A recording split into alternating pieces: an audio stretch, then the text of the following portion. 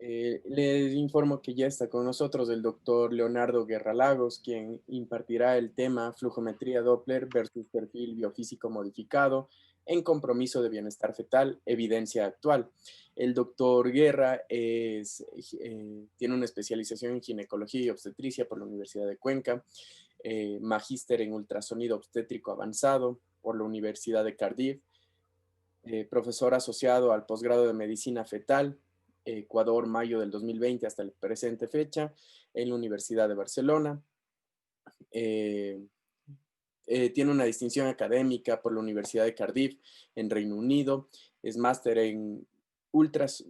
de ultrasonido obstétrico avanzado. Tiene una distinción académica por la Facultad de Medicina de la Universidad Internacional del Ecuador. Es doctor en medicina, especialista en medicina fetal. Trabaja en el Hospital Gineco Obstétrico Maternidad Isidro Ayora, es miembro de la Sociedad Ecuatoriana de Ultrasonido en Medicina, es autor de varias publicaciones internacionales y tiene un fellowship en medicina fetal por Fetal Medicine Foundation, King's College Hospital. Doctor Guerra, buenas noches, bienvenido. En este momento usted ya puede compartir su pantalla y activar su micrófono para iniciar la presentación.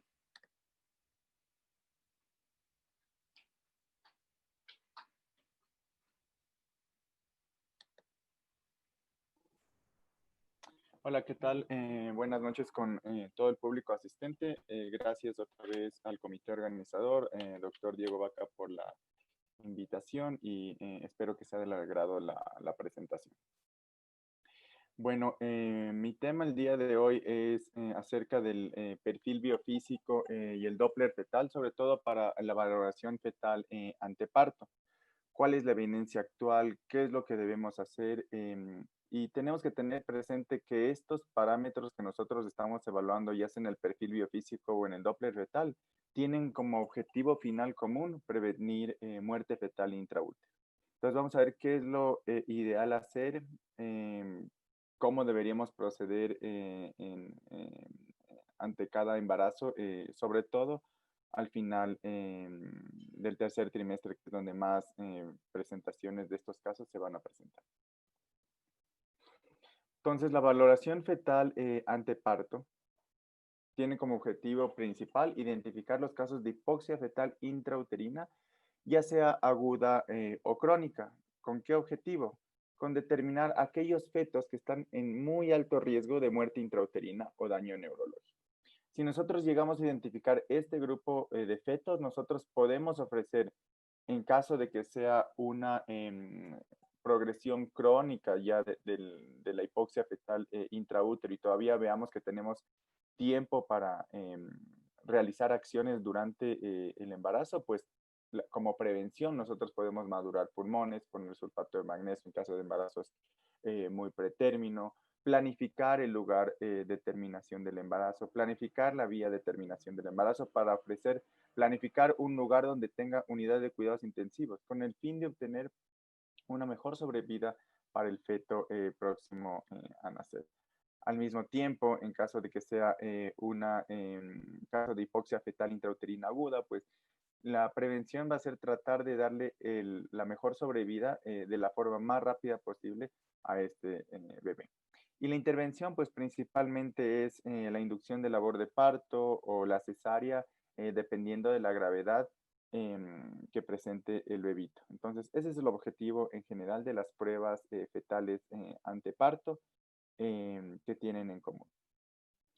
Si nosotros vemos la tabla de la derecha, perdón, un ratito activo el puntero, el gráfico de la derecha, es un gráfico en el que nos presenta la secuencia que presenta un feto que está ante un estrés continuo y sobre todo en el cual va a presentar una insuficiencia placentaria. Entonces, inicialmente comienza la insuficiencia placentaria y el bebé comienza a presentar estrés. Ya hay un déficit de flujo sanguíneo hacia el bebito, hay un déficit de oxígeno hacia el bebé y la adaptación primaria que presenta el bebé ante esto es usualmente, porque generalmente nosotros tenemos la idea en los libros, en los artículos más antiguos, usualmente que la primera respuesta adaptativa que tiene el bebito ante una insuficiencia placentaria es la disminución del crecimiento fetal que presenta a lo largo del embarazo. Posteriormente, hay un sinnúmero de probabilidades que pueden existir en un bebé que tiene insuficiencia placentaria y que ya poco a poco se va haciendo crónica, pues principalmente el bebé comienza a conservar energías. Y entonces un bebé que comienza a conservar energías comienza a disminuir los movimientos fetales, comienza a disminuir la variabilidad en la reactividad del latido cardíaco, hay ya inicio de redistribución de flujos hacia los órganos más importantes del bebé, que van a ser el corazón, el cerebro, las glándulas suprarrenales, disminuyendo el flujo a otros órganos que no son tan importantes de preservar para una mejor sobrevida, por ejemplo, el intestino, por ejemplo, los riñones. Posteriormente, si es que la descompensación se hace mucho más grave, si es que ya es más crónica la descompensación, pues el bebé va a presentar ya cambios significativos en el flujo de los vasos principales que evaluamos ante parto, que son la arteria umbilical, la arteria cerebral media, y al disminuir el flujo a órganos secundarios, en este caso el riñón, pues el bebé va a estar orinando menos. Y ahí es cuando nosotros a veces diagnosticamos casos de disminución del líquido amniótico en el embarazo. Igualmente, si es que el bebé ya se queda sin energías, obviamente ya no se va a mover. Si es que ya se queda sin oxígeno, no hay una buena reactividad en el corazón. Y posteriormente se van a presentar ya cambios significativos en el monitoreo fetal no estresante con desaceleraciones o resultados categoría 3. Y finalmente, la muerte. Eso es lo que nosotros esperamos que pase en cualquier bebé que tenga una insuficiencia placentaria o un estrés crónico o una hipoxia crónica, pero la verdad que esto no es así. Entonces, ¿qué asumimos? Que el bebé tiene actividades biofísicas ya predeterminadas, que todas estas actividades son sensibles a la disminución de oxígeno y a los niveles de pH, y el feto sufre una adaptación progresiva. Entonces, eso es lo que normalmente nos han hecho conocer y normalmente en la mayoría de los embarazos sí pasa. Pero yo les voy a probar en esta charla que a veces todavía no tenemos una respuesta hacia muchas cosas y creo que el, la valoración fetal anteparto debe cambiar desde otra perspectiva para poder reducir el número de óbitos fetales. ¿Qué pasa si es que nosotros tenemos una adaptación progresiva crónica? O sea, es un bebé que desde las 20 semanas viene sufriendo ya tal vez algún tipo de insuficiencia placentaria por cualquier patología secundaria, ya sea diabetes pregestacional, ya sea hipertensión crónica o una preeclampsia severa o cualquier otra patología de alto riesgo. Pues hay una secuencia preestablecida de deterioro y cambios fisiológicos, y eso sí les puedo decir que sí es en la mayoría de casos, sí se cumple. O sea, en los embarazos que hay un deterioro crónico de la función placentaria, es muy predecible en cómo se va a comportar el feto dentro de la barriga de la mamá. Primero, obviamente, comienza a disminuir el tamaño, posteriormente se alteran los flujos y al final se alteraría, y al final pasa ya la etapa de hipoxia, acidosis. Entonces son embarazos en los que podemos nosotros predecir y planificar las cosas con mucho tiempo. Hay una adaptación fisiológica, obviamente, y una descompensación fisiológica, como les he mostrado aquí. Ahora, ¿qué pasa en los casos en los que hay una descompensación aguda? ¿Cuáles son estos embarazos? Estos embarazos no son aquellos que yo ya les comenté, que vienen presentando desde las 20, 24, 28 semanas una insuficiencia placentaria, sino son aquellos casos que están por arriba de las 32 o 34 semanas. Y son estos fetos en los que realmente este gráfico de acá no se debe considerar, o sea, no se cumplen el deterioro progresivo. Aquí el deterioro es impredecible en la mayoría de casos. Sí hay una descompensación fisiológica, pero no es una descompensación que tiene una secuencia predecible. Obviamente hay que tener conciencia de que la edad gestacional influye en la secuencia de deterioro de los parámetros que previamente dijimos. Si es que la mamá está con medicación materna, si es que consume drogas, el ciclo vigilia-sueño del bebé también influye mucho. Y si es que hay anomalías fetales que afectan los parámetros biofísicos, porque no es lo mismo evaluar un bebé que está completamente normal o uno que tenga tal vez un daño cerebral en los que ya predecimos que el bebé no se va a mover. Por ejemplo, un bebé que tenga una espina bífida abierta, que ya tiene un daño neurológico secundario al líquido amniótico en el tercer trimestre, tal vez no vamos a esperar que mueva las piernas y eso es considerado normal. Ahora, de los métodos que nosotros tenemos para valorar el bienestar fetal ante parto, pues están descritos ahí en esa lista a la izquierda.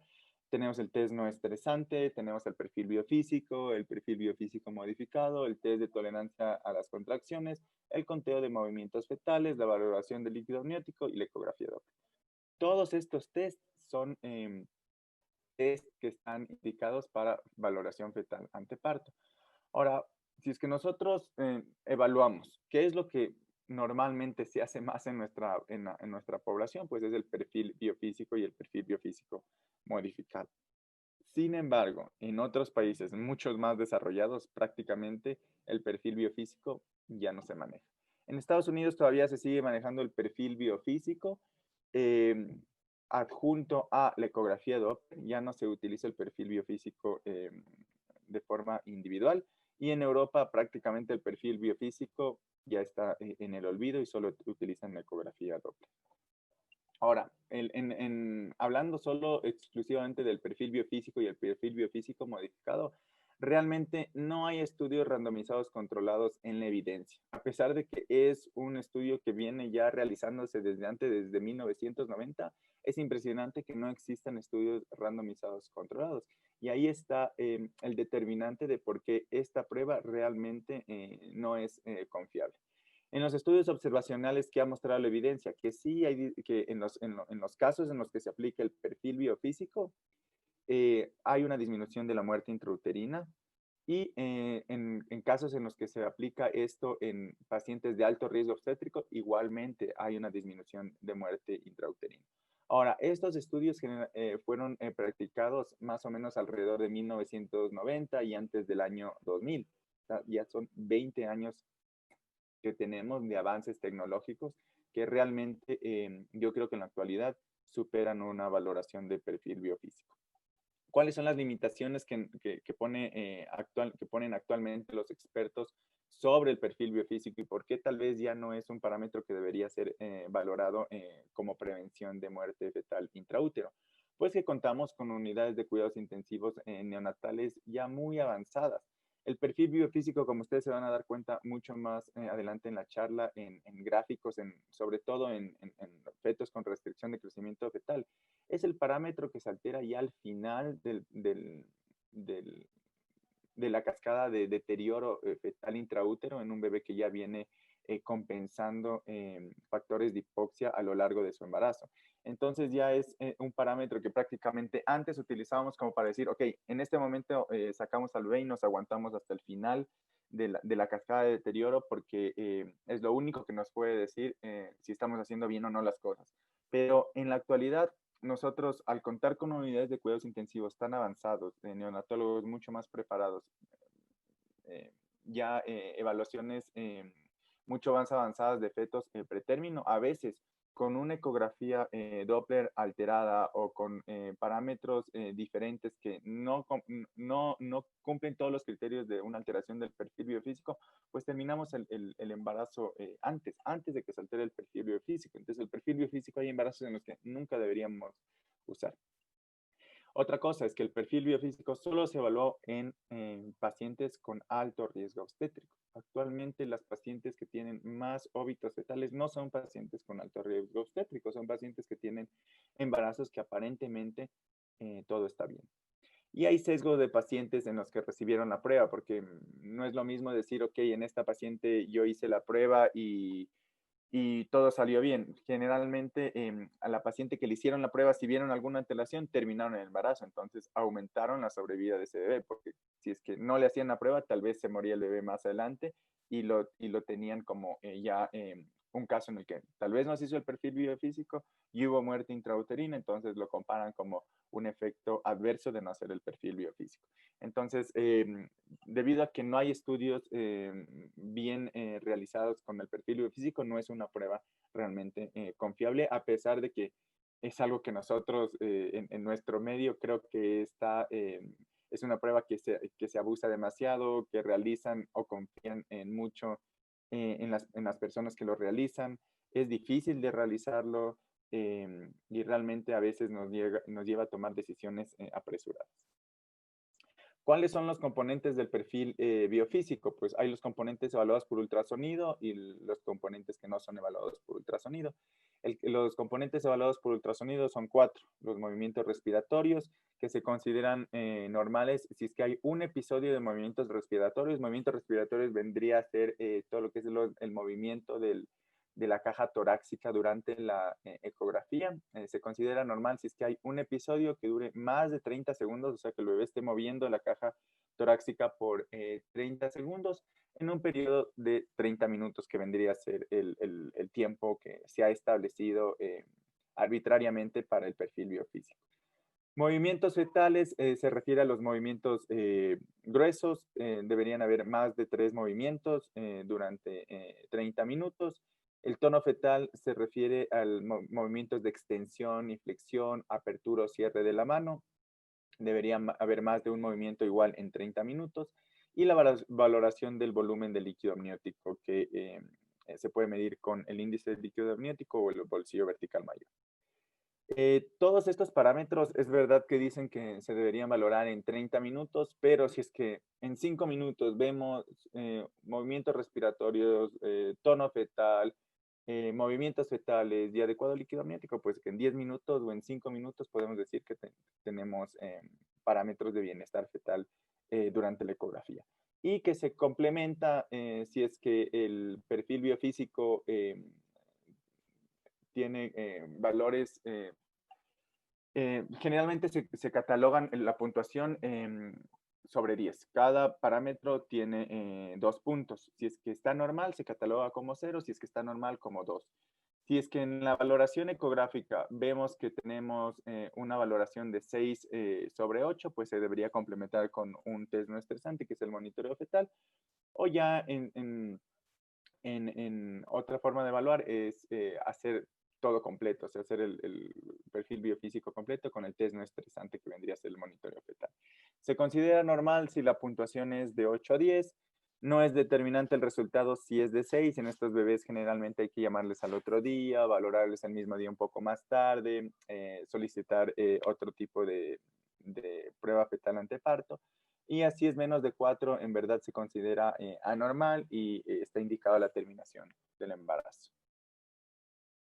El perfil biofísico modificado lo que trató de hacer es tratar de darle mejor certeza al perfil biofísico normal, porque habían muchas variables que son difíciles de evaluar y sobre todo que si es que las practica todo el mundo, pues van a haber mucha más probabilidad de que en verdad la valoración subjetiva de cada persona sea más sensible a error.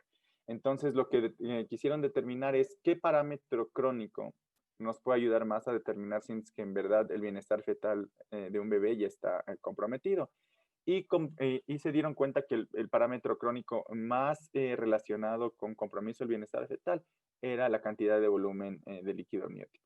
Entonces yo, como previamente les dije, al el bebé comenzar a redistribuir la sangre hacia todo el cuerpo, el riñón es uno de los órganos que tiene una disminución compensatoria del flujo sanguíneo fetal y por lo tanto va a haber una disminución de la producción de líquido amniótico como efecto secundario. Y el test no estresante ya es un parámetro agudo. También previamente ya les dije, generalmente antes lo que se hacía es hacer un test no estresante en estos casos de alto riesgo. Si es que había alteración, pues ya era como que lo que definía si se terminaba o no el embarazo. ¿Y por qué digo que es un parámetro agudo? Porque ya está al final de la cascada de deterioro. Es un parámetro que realmente si está mal, o sea, es muy sospechoso de que tal vez el bebé esté sufriendo. Todo esto, valoración fetal anteparto, ¿no? No estoy hablando de valoración fetal intraparto, en el cual el monitoreo fetal realmente también es muy poco sensible. Entonces, lo normal en este perfil biofísico es que el monitoreo fetal no estresante sea reactivo y el bolsillo mayor durante la ecografía sea de más de 2 centímetros. Anormal si alguno de los parámetros está alterado o los dos se encuentran anormales.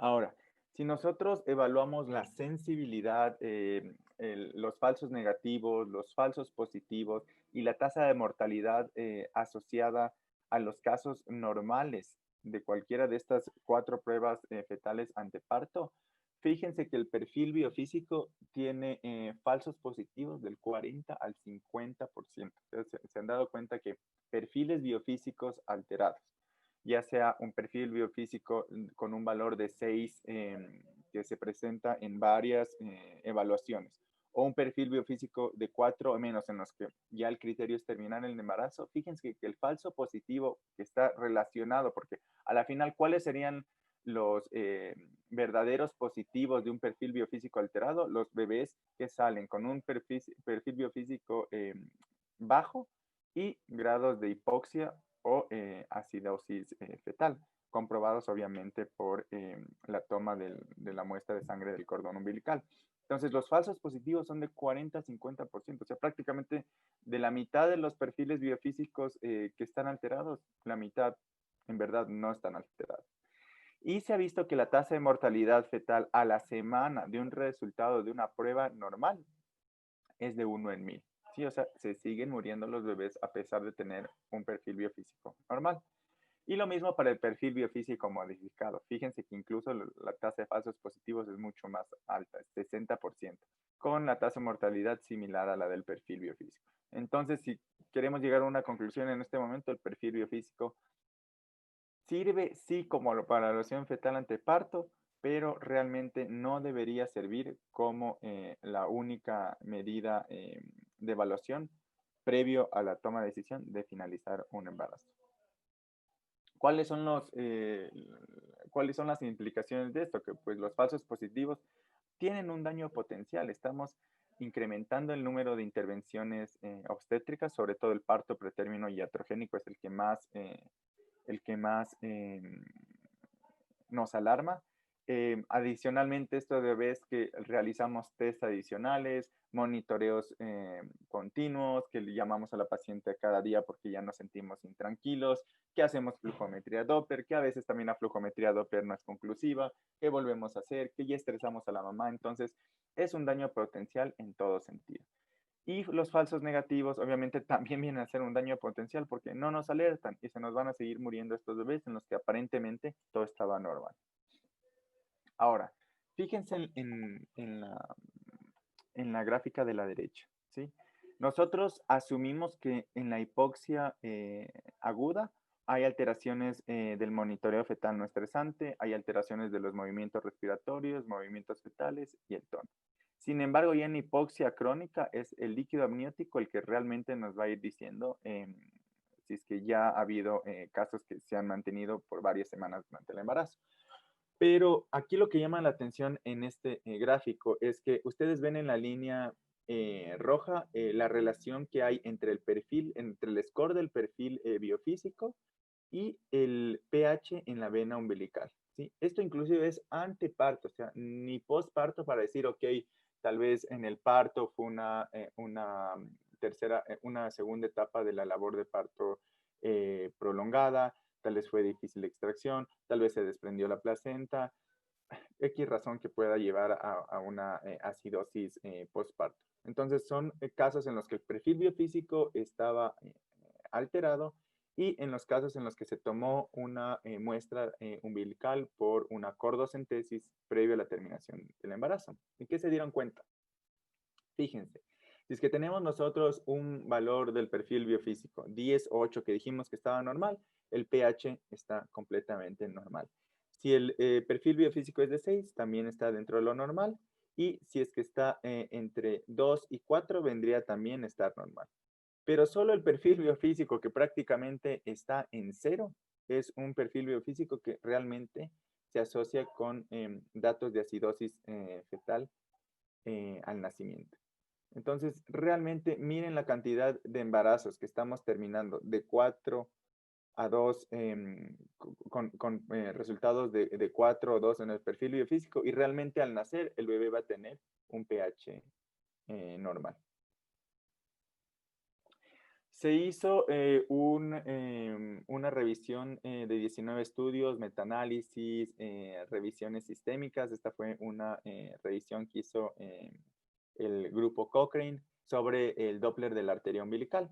Y evaluaron 10.225 arterias umbilicales, el índice de pulsatilidad de la arteria umbilical, sobre todo en pacientes de alto riesgo obstétrico.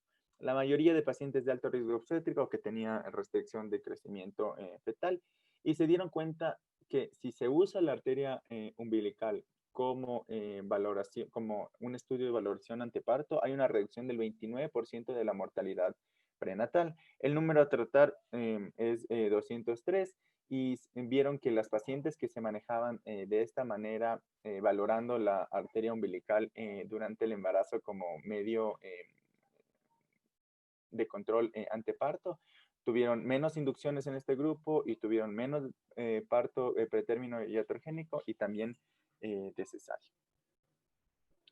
Ahora, esta es la tabla, este es un gráfico del grupo de Barcelona en la que nos representa el deterioro fetal y el monitoreo que un bebé de restricción de crecimiento temprano debería tener.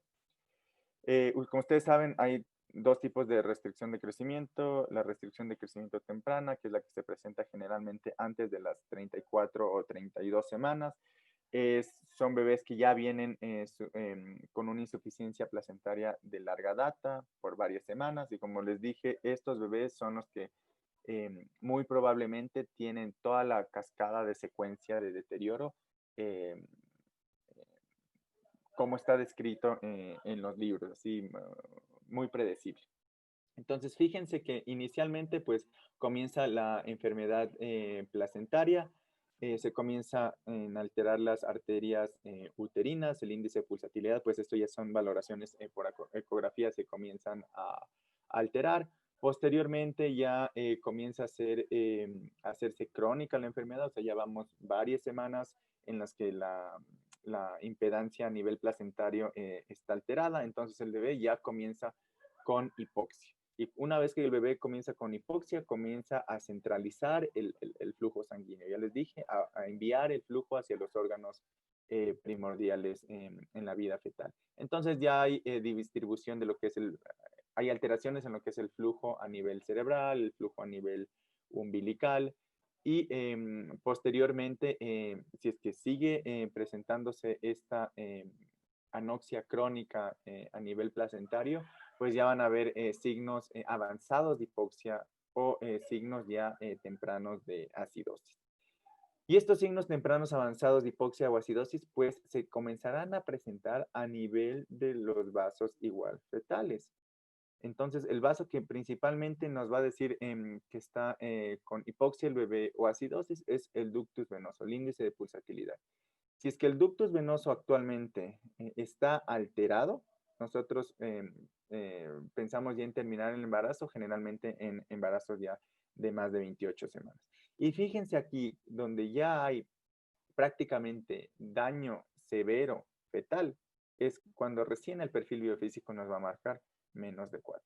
¿Sí? Cuando vamos a tener alteraciones en los monitoreos fetales o cuando ya vamos a tener un ductus reverso un flujo reverso en el ductus venoso, que prácticamente es lo que nos dice, ok, aquí ya terminen, como sea, terminen el embarazo porque este bebé ya no da más y solo tenemos, quién sabe, menos de 24 horas, menos de 48 horas para terminar el embarazo. Entonces, fíjense en estos casos de deterioro fetal crónico, cómo nosotros desde el comienzo podemos identificar que algo está pasando. Posteriormente, darle seguimiento al embarazo y al feto. Y posteriormente, decidir cuándo es el momento adecuado para terminar el embarazo. Entonces, que si nosotros hacemos un buen diagnóstico prenatal, nosotros podemos también incrementar la sobrevida de estos bebés. Yo sé que es verdad que en nuestro medio muchos pacientes llegan ya a las 28, 34 semanas, hacemos una ecografía, no nos concuerda el peso del bebé, vemos ya signos de deterioro. Pues estos son los pacientes que realmente se nos van a salir de las manos. O sea, no podemos nosotros determinar realmente si hubo un deterioro crónico, si hubo un deterioro agudo y tal vez la terminación del embarazo se haga un poco más difícil. Y es por eso que hay que recalcar que el diagnóstico prenatal desde el primer trimestre, segundo trimestre, pues son fundamentales para detectar este grupo de pacientes y ofrecer este seguimiento y mejor sobrevida al bebé. Entonces, es aquí donde en este margen de tiempo, donde el Doppler fetal realmente se antepone al perfil biofísico. No, ya no necesitamos el perfil biofísico en un feto, sobre todo que tiene restricción de crecimiento temprano. Ahora ustedes me van a decir, ok, pero ¿y qué hacemos en los embarazos que no tienen restricción de crecimiento fetal y que están menos de 32 o 34 semanas? Pues mi respuesta sería nada. ¿Sabes? La mayoría de embarazos que no tienen restricción de crecimiento intrauterino, por más patología secundaria que tengan de alto riesgo, realmente se van a comportar normal. No van a alterarse, sino hasta el tercer trimestre que nosotros vamos a ver. Es muy raro que un bebé que esté completamente normal en alguna ecografía de control, por ejemplo, ustedes hacen una ecografía de control a las 28 semanas en una paciente, yo que sé, con un síndrome antifosfolipídico, una hipertensión crónica y está completamente normal. Si es que ya no ha presentado este deterioro progresivo desde las 24 o 28 semanas, posteriormente tal vez no lo presente. ¿Sí? Entonces, realmente, obviamente, sí hay que seguirle con flujometría Doppler, pero el perfil biofísico aquí no entra. Bueno, ahora, ¿qué pasa en la restricción de crecimiento fetal tardía? Es esta restricción de crecimiento fetal que se presenta pasada las 32 a 34 semanas. Y la mayoría de fetos que tienen restricción de crecimiento está en este grupo. ¿Sí? Primero, es mucho más difícil el diagnóstico porque no siempre un bebé que está restringido en el tercer trimestre es un bebé que va a estar con bajo peso. No siempre un bebé que está restringido en el tercer trimestre va a tener alteraciones, bueno, la mayoría no tiene alteraciones del flujo Doppler. Y pueden aparecer diferentes patrones de insuficiencia placentaria que amplían mucho el diagnóstico diferencial que nos hacen sospechar en restricción de crecimiento y a veces en muchos de los casos en los que nosotros sospechábamos restricción de crecimiento, pues no termina siendo restricción de crecimiento. Entonces, ¿cuál es el deterioro fetal que muchos de estos casos tienen, pero no todos, que se ha descrito? Estos artículos se publicaron ya hace un par de años. Antes se pensaba que el deterioro fetal en el tercer trimestre era predecible, pero realmente en la actualidad eh, no existe tal, tal situación.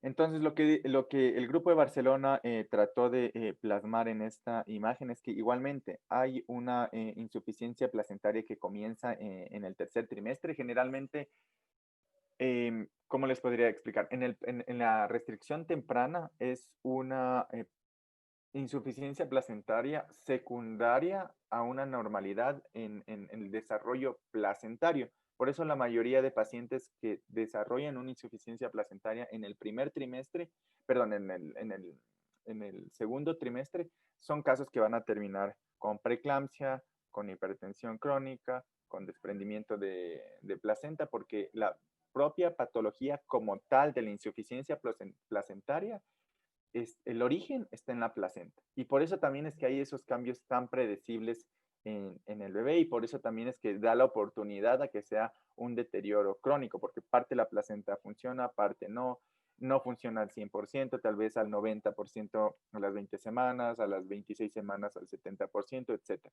Pero en el tercer trimestre, la insuficiencia placentaria no es porque la placenta estuvo eh, no se desarrolló adecuadamente, sino es porque el tamaño de la placenta no puede suplir las demandas del feto en ese momento.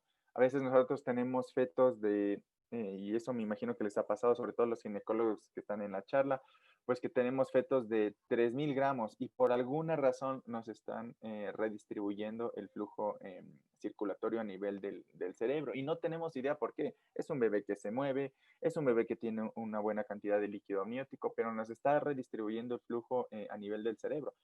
Pues aquí la única explicación que al momento hay es que las demandas fetales son demasiadas para lo que la placenta le puede dar al feto. Entonces, por eso es que tenemos diferentes patrones de insuficiencia placentaria en el tercer trimestre que a veces no podemos explicar, pero es la evaluación de todos en un conjunto los que nos van a ayudar a prevenir los óbitos fetales en el tercer trimestre y un mejor manejo.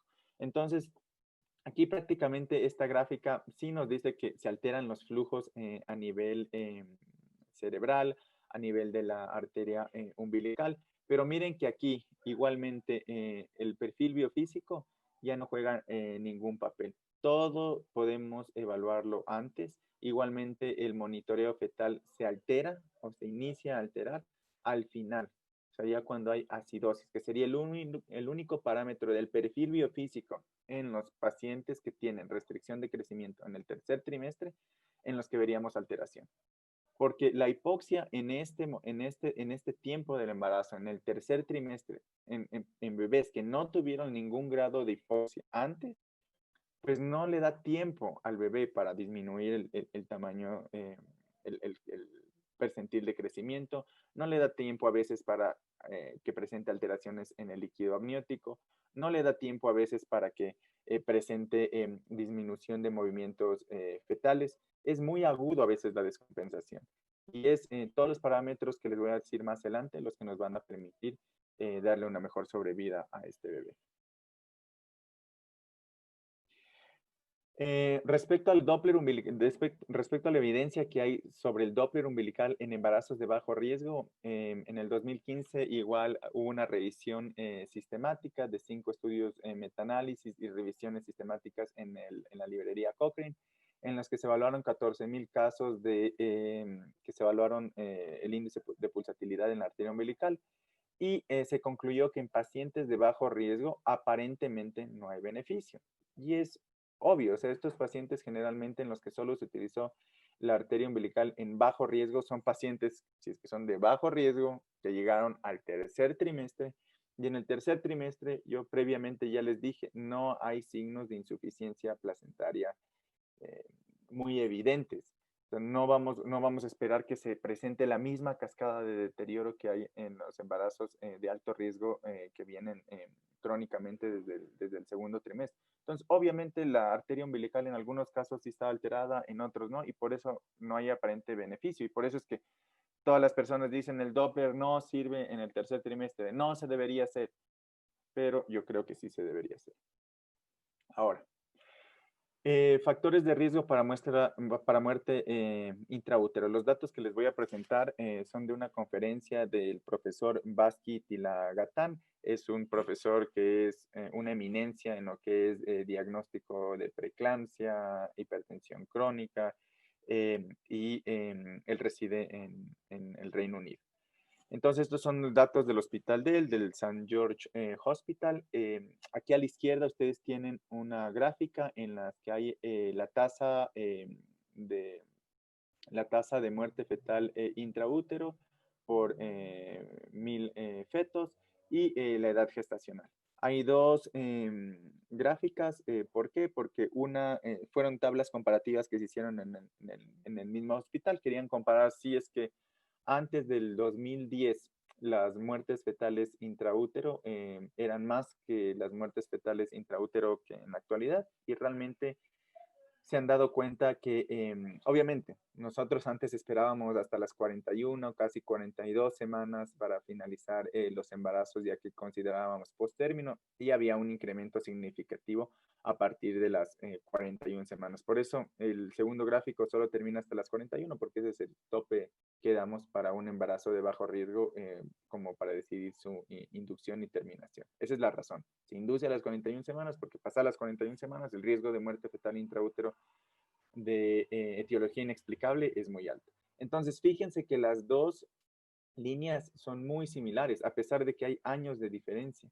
Y fíjense que a partir de las 35 semanas hay un incremento significativo de las muertes fetales intraútero. Entonces, algo está pasando a partir de las 35 semanas que no se pudo determinar antes. Los óbitos fetales, más del 34, pasadas las 34 semanas, fíjense que el 52% de los óbitos fetales se dan en esta etapa, ¿sí? Y obviamente a medida que aumenta la edad gestacional, pues hay más riesgo de óbito fetal. Pasadas 37 semanas, el 38% de óbitos fetales están acá. Entonces, fíjense que son fetos que si es que nosotros identificamos alguna causa que esté produciendo un estrés fetal, a las 37 semanas ya podemos terminar el embarazo. O sea, estaríamos previniendo 38% de las muertes de todos los fetos, solo identificando algo que nos diga, ok, ¿saben qué? Mejor induzcamos este embarazo. Tenemos una buena unidad de cuidados intensivos neonatales.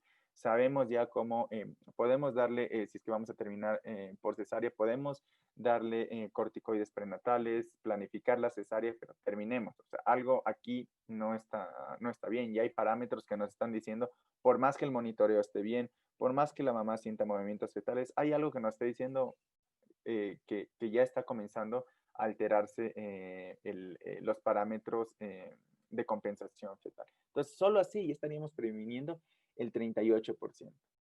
Y en lugares en donde nuestras unidades de cuidado neonatal sean mucho más avanzadas y tengamos la posibilidad incluso de tal vez, aquí obviamente estoy hablando hipotéticamente y tal vez alguien me contradiga esto, pero en pasar las 34 semanas, aumentar el parto pretérmino iatrogénico, si es que vamos a prevenir el 52% de los óbitos fetales, obviamente como que sí, como que no, ¿no? Habría que valorar bien esos casos, habría que ver todo, pero también si es que terminamos todos a las 34 semanas, estaríamos también previniendo el 50% de todos los óbitos fetales. No digo que eso hay que hacer, pero solo es un dato para que nos llame la atención que pasadas las 34 semanas, algo pasa en los bebés que todavía al momento no podemos determinar y que tal vez ampliando nuestra valoración fetal ante parto con no solo el Doppler fetal, sino con otros parámetros ecográficos que les voy a decir, podemos disminuir el porcentaje de óbitos fetales en este periodo de tiempo. Igualmente, este profesor dice que la mayoría, según los datos que tiene el hospital, la mayoría de óbitos fetales a término no tienen restricción de crecimiento fetal. Y es por eso que, y estos datos son de un país en el que ellos tienen estandarizado el control prenatal en todas sus pacientes desde el primer trimestre. O sea, es gratis. La salud en Inglaterra es gratis. Todas las pacientes tienen ecografía del primer trimestre, ecografía del segundo trimestre y actualmente se instauró en muchos hospitales porque no era de rutina, ecografía del tercer trimestre que también debe ser obligatoria en todos los pacientes. Ahora, ¿qué es lo que se vio en el hospital de este profesor? Que la mayoría de óbitos antes de las 34 semanas sí se relaciona con restricción de crecimiento fetal. Esta es una tabla en la que compara el peso fetal con las semanas de embarazo. Entonces, fíjense que aquí, antes de las 34 semanas, los fetos con restricción de crecimiento fetal tienen más probabilidad de que se mueran intraútero. Sin embargo, pasadas las 37 semanas, fíjense que la mayoría de muertes intraútero aparentemente no tienen hallazgos de restricción de crecimiento fetal comparadas con el peso. Como yo les dije, hay signos de insuficiencia placentaria que no necesariamente tienen que tener disminución de peso, porque este es un bebé que se alimenta bien, pero que ya no es suficiente el flujo de sangre para que se mantenga con un bienestar adecuado.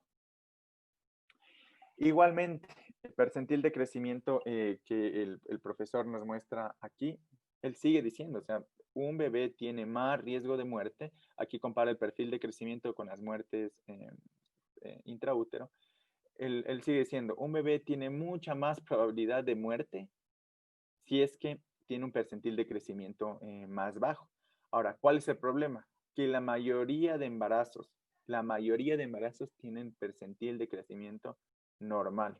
Entonces, si cogemos a todo el grupo de restricción de crecimiento versus embarazos con peso normal, ¿en dónde ocurren más óbitos fetales? En embarazos con un peso normal. Entonces, el peso no es un determinante exclusivo para decir durante un embarazo, no, este embarazo está completamente bien y el riesgo de muerte fetal intraútero es bajo. Hay otros estudios, igual en los que valoran los factores de riesgo para muerte intraútero. Este fue en el 2000, publicado en el 2013 por Gardossi. Gardossi es una persona que está muy especializada en lo que es curvas de crecimiento fetal, manejo de fetos con restricción de crecimiento intrauterino. Entonces, en el estudio que él publicó, pone tablas de comparación en las que ustedes, como ven aquí, el mapa del documento. Esto es obviamente porcentaje de muertes fetales intraútero, semanas de gestación y vamos a ir hablando de cada línea en específico. Entonces, la línea turquesa continua nos muestra que la probabilidad de muerte fetal intraútero con restricción de crecimiento es mucho más grande a lo largo del embarazo y exponencialmente si la comparamos con fetos que no tienen restricción de crecimiento fetal. Y si ustedes se dan cuenta, los fetos que tienen más riesgo de morirse dentro del útero son los fetos con restricción de crecimiento fetal, pero tardía. Sí, tardía. ¿Por qué tardía? Porque estos bebés ya han tenido una hipoxia a lo largo de todo el embarazo. Son fetos que igualmente tal vez pasa lo que yo les comenté previamente. Son fetos que tal vez tienen ya signos de insuficiencia placentaria que no se pudieron identificar o en el tercer trimestre antes no se recomendaban las ecografías de control y por eso es que la tasa es mucho más alta. Igualmente, fíjense cómo a partir de las 34 semanas en los fetos que no tienen restricción de crecimiento fetal, aquí me refiero a casos en los que se usaba la definición antigua, o sea, percentil de crecimiento menos del 10%, alteración de los flujos Doppler. Entonces, con esos hallazgos catalogaban a fetos como restricción de crecimiento fetal. Entonces, fíjense que a partir de las 34 semanas hay un despunte de muertes fetales intraútero en fetos que no tienen restricción de crecimiento fetal. Y en las tablas en rojo, lo único que se ve aquí es que los fetos que tienen restricción de crecimiento fetal, pues que generalmente en el tercer trimestre, que generalmente ya se están terminando a las 37 semanas y la probabilidad de vida aumenta si tenemos un diagnóstico de restricción de crecimiento fetal a partir de las 37 semanas, porque en la mayoría de los casos es terminación del embarazo. ¿Sí? Igualmente, la tasa de sobrevida aumenta a partir de las 38 semanas en fetos que no tengan restricción de crecimiento fetal, porque generalmente ya son semanas en las que terminamos el embarazo por cualquier u otra razón exponencialmente. Ahora, aquí a la derecha compara los casos de muerte fetal intraútero. Y en la población que él estudió, él pone aquí como que los casos de restricción de crecimiento fetal se asocian mucho más a muerte fetal intraútero, que es lo que previamente ya dijimos, son mucho más propensos a que se mueran dentro del útero. Sin embargo, de estos bebés que se mueren dentro del útero, ¿sí? De los bebés que fueron estudiados postnatalmente, fueron aquellos casos en los que la restricción de crecimiento fetal no se detectó previamente. Entonces, esos son realmente los casos en los que la muerte fetal intraútero se dispara.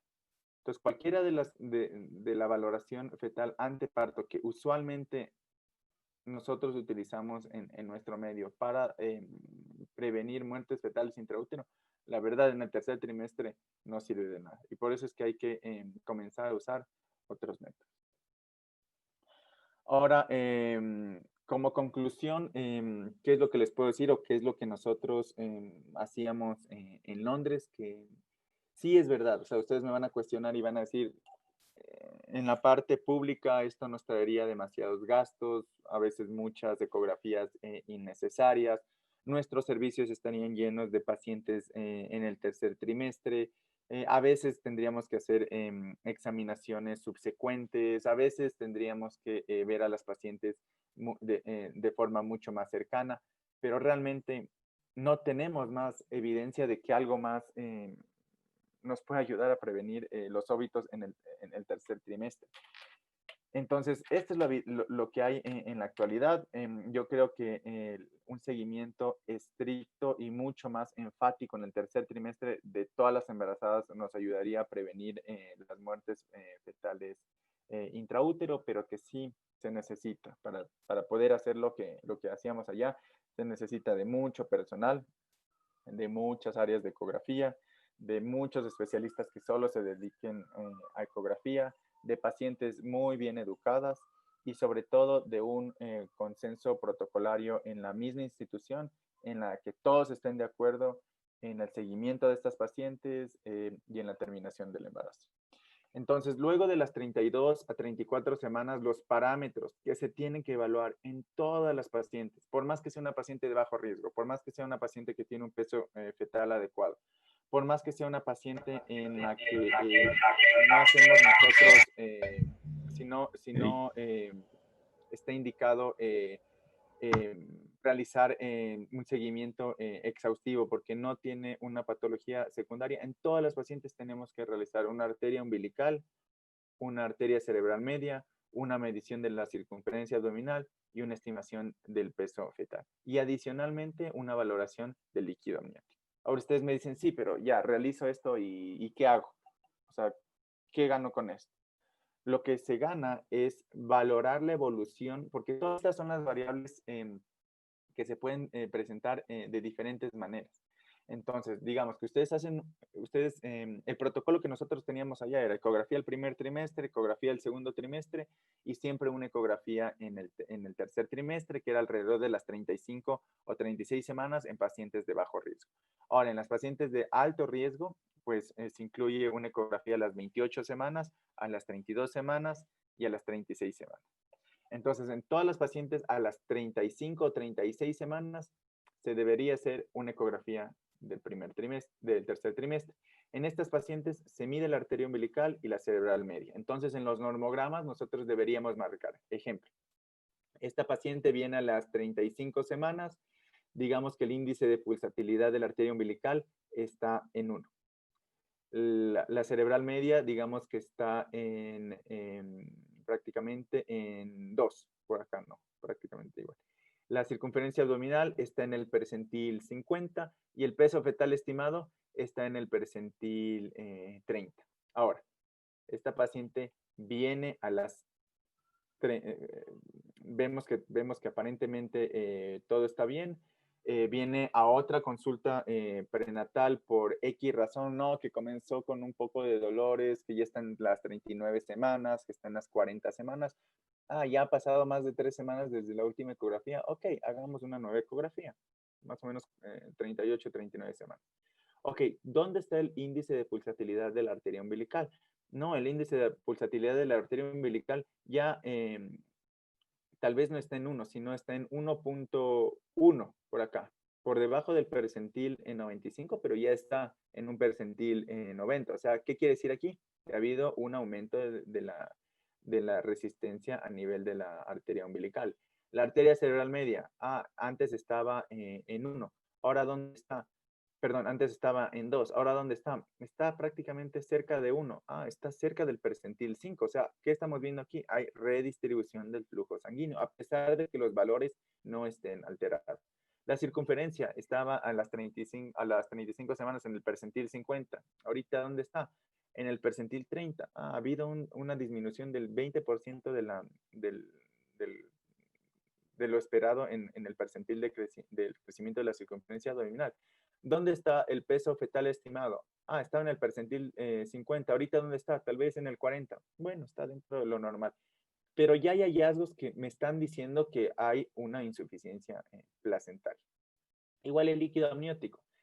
igual lo vamos valorando. No es lo mismo tener un líquido amniótico de 15 en las 32 semanas que tener un líquido amniótico y que posteriormente tener un líquido de 8 a las 37 semanas. O sea, todos estos parámetros nos van dando información para manejar los embarazos. Ahora, otro caso también que es importante, o sea, otro tipo de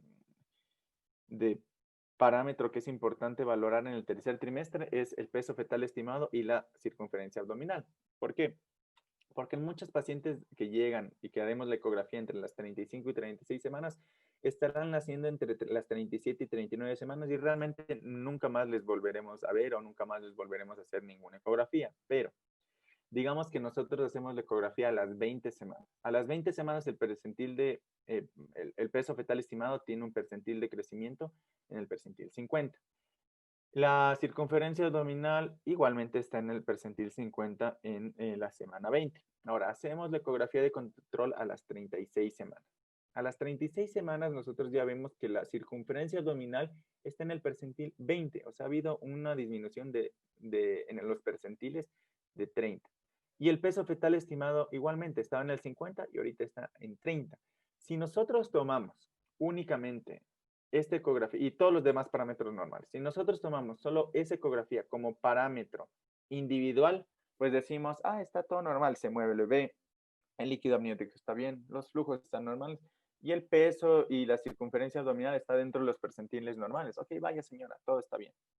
Realmente eso haríamos sí en una paciente en la que no tenemos seguimiento y no podemos hacer más. O sea, esas pacientes en las que no tienen un seguimiento estricto desde el primero o segundo trimestre, no vamos a poder prevenir los óbitos fetales. Pero sí en esas pacientes en las que tuvimos nosotros la ecografía de las 20 semanas y por lo tanto es muy, muy, muy importante registrar todos estos percentiles en los que nosotros obtenemos durante la ecografía de las 20 semanas para poder compararlo con una ecografía de del tercer trimestre. Entonces, en esta paciente, yo principalmente como recibí la formación allá, estas pacientes ya son pacientes en las que se debe reevaluar el caso.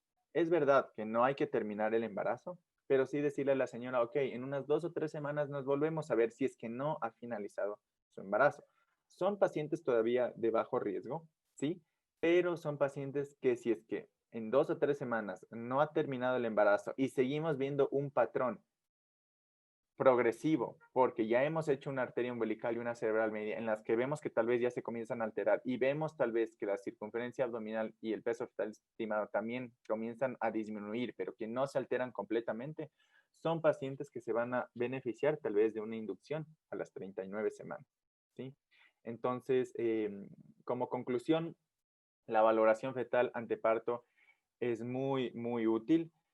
Actualmente yo sé que no tenemos la disponibilidad en nuestro medio de hacer ecografías de alto nivel en todos los lugares. Pacientes de alto riesgo, por favor, siempre refieran a los hospitales de tercer nivel o especialistas en diagnóstico prenatal. Si es que están en subcentros de salud, por favor, que todas las pacientes tengan ecografía el primer trimestre, una ecografía el segundo trimestre y una ecografía el tercer trimestre. Siempre en la ecografía del tercer trimestre pidan flujometría y que les reporten los percentiles de la circunferencia abdominal y el peso fetal estimado. Igualmente que le reporten la cantidad de líquido amniótico en valores, porque que no solo les pongan líquido amniótico normal, sino que le reporten en valores. Y si es que ustedes les llega una paciente posteriormente la misma paciente en 2 o 3 semanas con disminución de movimientos fetales, tal vez con un monitoreo no muy reactivo, tal vez la paciente dice que el mismo tamaño de la barriguita ha disminuido, pues vuelvan a pedir una ecografía, ¿no? O sea, no se queden con que la ecografía que hicimos hace 2 semanas está normal, entonces ya no necesita nada más porque es de bajo riesgo. No, vuelvan a pedir una ecografía, igual flujometría, peso fetal estimado, líquido amniótico. Y yo creo que si es que tratamos de comenzar poco a poco implementando este método de evaluación, poco a poco se va a ir popularizando y tal vez más adelante tengamos más recursos para hacer este tipo de evaluaciones y disminuir la cantidad de óbitos fetales. Gracias.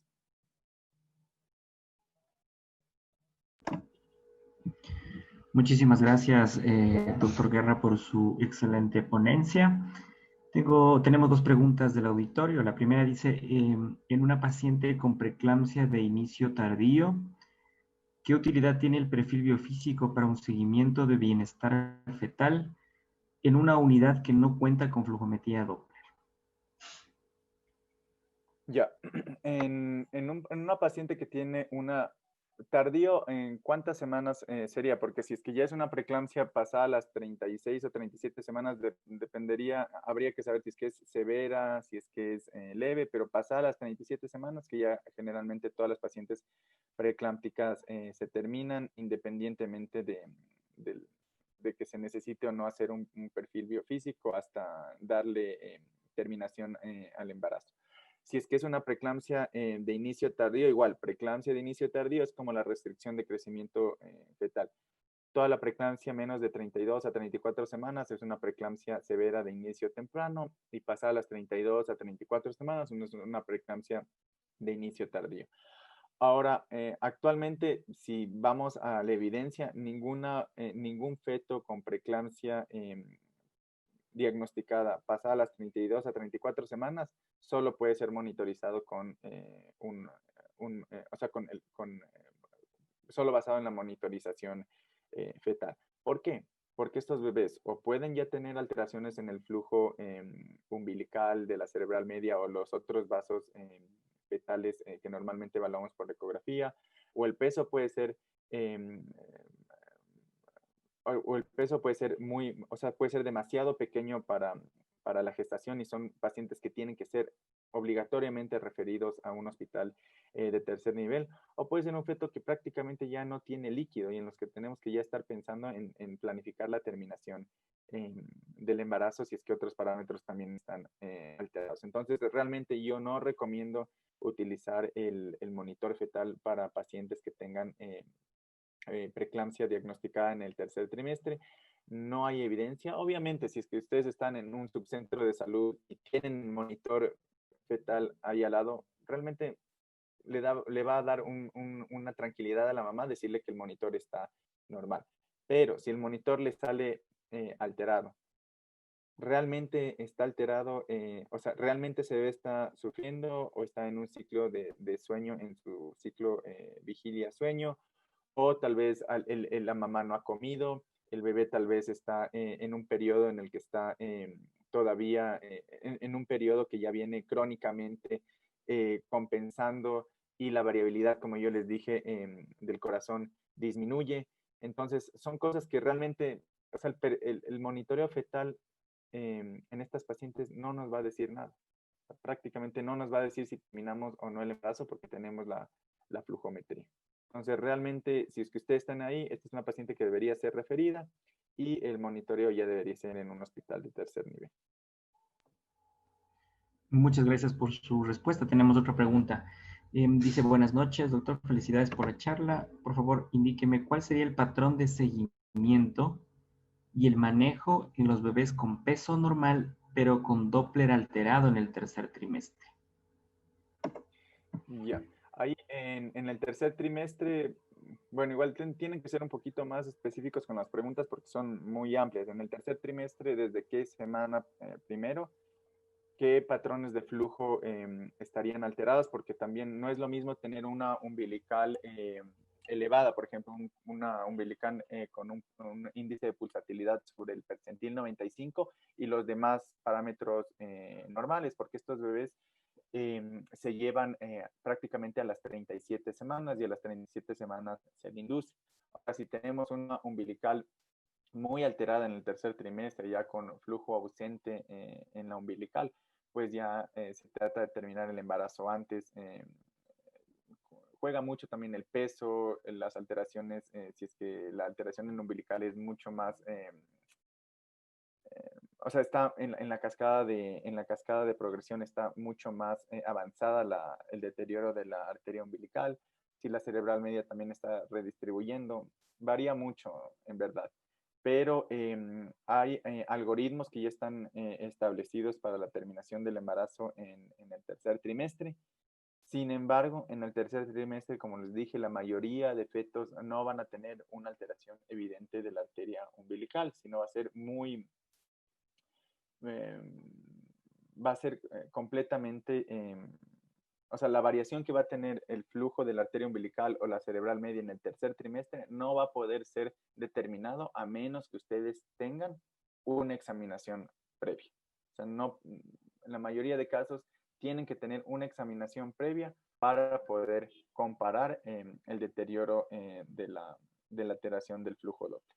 Si es que tienen una alteración del flujo Doppler en la arteria umbilical o la cerebral media, en el momento que ustedes hacen una ecografía del tercer trimestre y no tienen parámetros previos, solo podrá ser catalogada como alterada si está por fuera de los percentiles establecidos.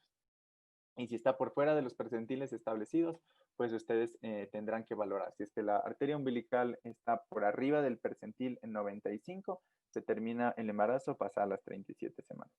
Si el flujo de la arteria umbilical está ausente, se termina el embarazo a las 34 semanas. Y si es que el flujo de la arteria umbilical está reverso, entre las 30 y 32 semanas. No hay un protocolo todavía establecido para eso. Ya son escuelas también que tienen sus protocolos.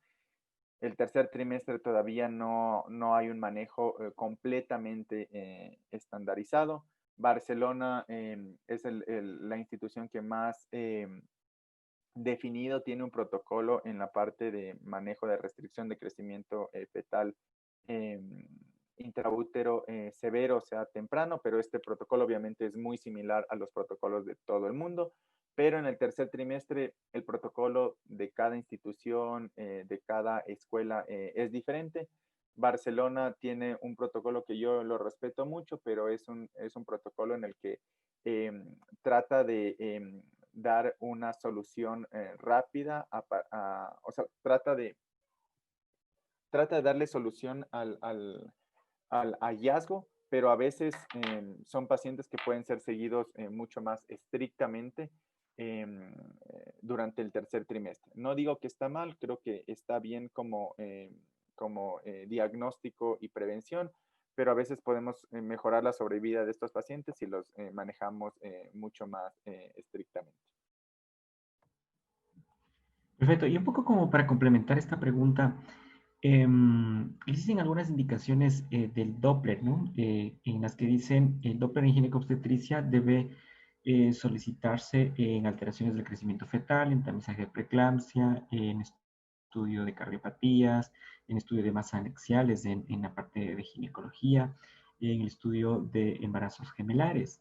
¿Cómo podríamos nosotros recomendar a nuestros asistentes en el sentido de esa pregunta, ¿no? Fetos con peso normal, solicitamos nosotros ecografía Doppler toda vez que si tenemos un peso normal en una primigesta en unas 34 semanas y pongo un ejemplo, tal vez encontremos un índice cerebroplacentario alterado o una umbilical posiblemente con una diástole ausente y bueno, pues no existen eh, premisas o protocolos de seguimiento de peso normal con alteración de Doppler que podría en algún momento eventualmente ocasionar un pretérmino iatrogénico, porque sí, ahora nos están viendo de diferentes lugares del país donde seguramente pues van a solicitar el Doppler después de esta excelente ponencia suya. ¿Qué nos podría recomendar ante eso? A ver, primero, creo que si es que todos comenzamos a pedir el Doppler en este momento en el tercer trimestre, vamos a tener una resistencia enorme en nuestro sistema de salud. Después, si es que nosotros tenemos hallazgos de flujometría anormal en el tercer trimestre, son fetos que no es que estos, a menos, a ver, nosotros vamos a tener dos clases de pacientes. Los pacientes que van a tener un peso normal, líquido normal, pero tal vez ya en la evaluación que nosotros solicitamos del Doppler nos van a reportar alterado. Una vez que nos reportan alterado, nosotros tenemos que ver qué tan alterado está el flujo Doppler, porque si es que es una arteria umbilical en la que realmente está ausente, por ejemplo, el flujo de diástole y ya tenemos más de 34 semanas, es una paciente que ese mismo día hay que referirla a un hospital de tercer nivel o que alguien más especializado que nosotros sepamos haga la ecografía a ver si terminamos o no el embarazo. Después, vamos a tener estas otras pacientes en las que vamos a tener una redistribución a nivel cerebral que solo se podrá determinar por el índice cerebroplacentario, pero lo demás normal. Y estas pacientes son las que tranquilamente se pueden llevar el embarazo hasta las 37, 38 semanas e inducir la labor de parto. Pero ya estamos ahí tomando una acción, la inducción de la labor de parto. Sí, es verdad, tal vez el número de cesáreas vaya a aumentar, tal vez estamos haciendo inducciones innecesarias, pero estamos tratando de prevenir el mal mayor, que son los óbitos fetales, y ya es un embarazo a término. Entonces, o sea, como recomendación para solicitar estos exámenes en el lugar donde nosotros estemos trabajando, es solo pedir la flujometría Doppler de arteria umbilical y arteria cerebral media en el tercer trimestre a todas las pacientes. Hay normogramas como los que ven en la pantalla que están ya publicados en el internet. Ustedes pueden entrar a la Fundación de Medicina Fetal de Londres, ahí pueden sacar estos. O en la Fundación de Barcelona también ustedes ingresan la edad gestacional de la paciente, los datos de la flujometría Doppler y ahí les aparecen los percentiles. Y según eso ustedes también van decidiendo. Ahora, ¿cuál era la otra pregunta? Perdón. Bueno, había una pregunta en la que nos dice que si tenemos ¿Cuál sería un creo que feto el con manejo? oligoamnios, Ajá. un Perdón, oligoamnios Rocío. idiopático. Ya, antes del oligoamnios, entonces, ¿cuál sería creo que la conclusión en esta última pregunta? O sea, ¿qué hacer si es que nos viene alterado? Ver qué tan Sí. alterado está. O sea, hay protocolos en los que ya dice la arteria umbilical, si muestra tal alteración, hay que hacer esto. Si es que la cerebral media muestra tal alteración, hacer esto. En estos bebés que están en el tercer trimestre, sí tenemos, o sea, esto también quiero que quede muy claro. O sea, no es que estos bebés, ok, hay alguna alteración y se nos van a morir en las siguientes horas, en los siguientes 2 días. No, o sea, esto llévense en la cabeza, o sea, no. Pero sí es algo que nos tiene que prender el foco y decir, este bebé puede ser que esté en riesgo, o sea, refiramos a la paciente, hagamos una ecografía de mayor nivel con alguien que tenga mayor experticia. Entonces, si ustedes ya ven que hay alguna alteración, pues pidan una mejor valoración y con eso ustedes se quedan tranquilos y también le ofrecemos a la mamá una mejor sobrevida del bebito y que lo pueden pedir en menos de una semana. En menos de una semana, otra alteración. Si los parámetros que ustedes obtuvieron en la ecografía de control no son determinantes para terminar el embarazo. Ahora, si es que ustedes en el resultado de la ecografía de control ven que lo que le reporta la persona que hizo, el radiólogo, el ginecólogo, la persona que haya hecho la ecografía, y les muestra algo que no va acorde con poder prolongar el embarazo, tienen que en ese mismo momento pedir una valoración mucho más especializada o en ese mismo momento hacer la referencia a un hospital de tercer nivel. Uh-huh. Perfecto, bueno. Sí, hay la última pregunta que dice, ¿cuál es la conducta ante un feto con oligoamnios idiopático en el tercer trimestre una vez que se ha descartado rotura prematura de membranas? Ya. En el tercer trimestre, aquí hay igualmente, varias escuelas. ¿Sí? El oligoamnios en el tercer trimestre realmente es inofensivo siempre y cuando, porque un oligoamnios o un anhidramnios antes de las 38 o 28 semanas realmente es determinante para el desarrollo pulmonar. Sin embargo, pasadas las 32, 34 semanas, los pulmones que ya están prácticamente ya formados, lo único que les falta es madurar. En estos pacientes, si es que se ha excluido ruptura de membranas tranquilamente y no hay otro factor adicional como los que ya previamente dije, se tiene que inducir la labor de parto a las 37 semanas. Por más que sea un oligoamnios que a veces parezca severo, se debería inducir la labor de parto a las 37 semanas, pero obviamente con un seguimiento por ecografía, porque son pacientes que ya tienen signos de insuficiencia placentaria. Entonces ya hay un oligoamnios, ya el bebé está comenzando a orinar menos, hay un parámetro que nos dice que este embarazo no lo podemos dejar llegar muy adelante, 38, 39 semanas, porque se nos puede morir de una manera en que nosotros no podemos predecir. Entonces, yo recomendaría en estos casos hacer ecografía cada 2 semanas, igualmente flujometría. Si es que en alguna de las examinaciones pues vemos que hay algo alterado y estamos entre las 36 y 37 semanas, inducir el parto. Si es que no hay ninguna alteración, a las 37 semanas. Obviamente también, aparte de excluir ruptura de membranas, hay que ver los riñones del bebé, cómo están, porque a veces hay alteraciones de los riñones o hay ausencia de los riñones, entonces eso también hay que ver. Listo, doctor Guerra, muchísimas gracias por su excelente ponencia. Pues le agradecemos nuevamente por la participación y por realizar el evento del primer Congreso Internacional de Ginecología y Obstetricia y Materno-Neonatal. Muchísimas gracias, doctor Guerra, y una excelente noche. Gracias, igual, doctor Diego, que estén muy bien.